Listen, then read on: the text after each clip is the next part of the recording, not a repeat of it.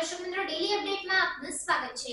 બોટાદ જિલ્લાના બરવાડા ખાતેથી ઘઉંની બોરીની આડશમાં લઈ જવાતો વિદેશી દારૂનો મોટો જથ્થો પકડી પાડતી બોટાદ એલસીબીના પોલીસ ઇન્સ્પેક્ટર એસબી સોલંકી સાહેબ તથા સ્ટાફના એએસઆઈ સીએન રાઠોડ સહિતનાઓ કોમ્બિંગ નાઇટ રાઉન્ડમાં હોય તે દરમિયાન એલસીબીના પોલીસ ઇન્સ્પેક્ટર એસબી સોલંકી નાઓને બાતમી રાહે હકીકત મળેલ કે રાજસ્થાનના પાસિંગની ટાટા ટ્રકમાં ઘઉંના કટ્ટાની આડસમાં ભારતીય બનાવટના વિદેશી દારૂનો જથ્થો સંતાડી ધંધુકા તરફથી નીકળી ભાવનગર તરફ આવે છે। જે બાતમીના આધારે રેડ કરતા બે આરોપીઓ સરવન બાબુલાલ બિશ્નોઈ અને સુનિલકુમાર બાબુલાલ બિશ્નોઈને ઝડપી પાડવામાં આવ્યા। ટ્રક જેની કુલ કિંમત ₹16 લાખમાં ભારતીય બનાવટનો વિદેશી દારૂની કંપનીની સીલબંધ કુલ બોક્સ નંગ 1104માં કુલ બોટલ નંગ 13,248 જેની કુલ કિંમત